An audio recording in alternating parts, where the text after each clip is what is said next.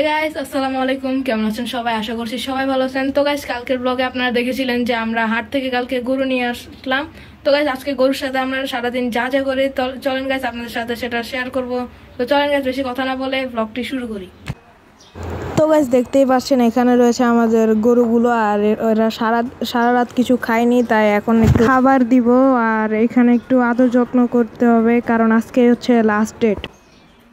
তো গাইস, এটাকে এখন খাইয়ে দিলাম, আর আমাদের গরুটা এবার অনেক শান্ত, তাই এটাকে একটু ভালোভাবে খাওয়ানো যায়, অর্থাৎ আদর করা যায় ভালো মতো।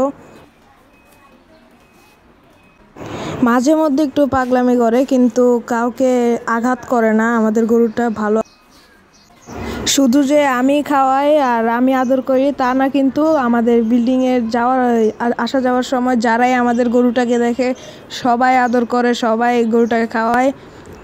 আর কুরবানির সময় আমাদের বাসার নিচের অবস্থা কিছুটা হাটের মতো হয়ে যায়, আর অনেকগুলো গরু আসে, এবারে কম।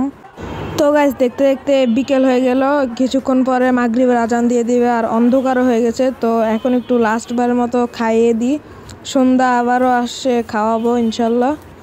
তো এখন একটু দুটাকেই খাওয়াই দিই, কারণ এই দুইটা গরুকেই খাওয়ানোর দায়িত্ব সম্পূর্ণভাবে আমার উপরে পড়ছে।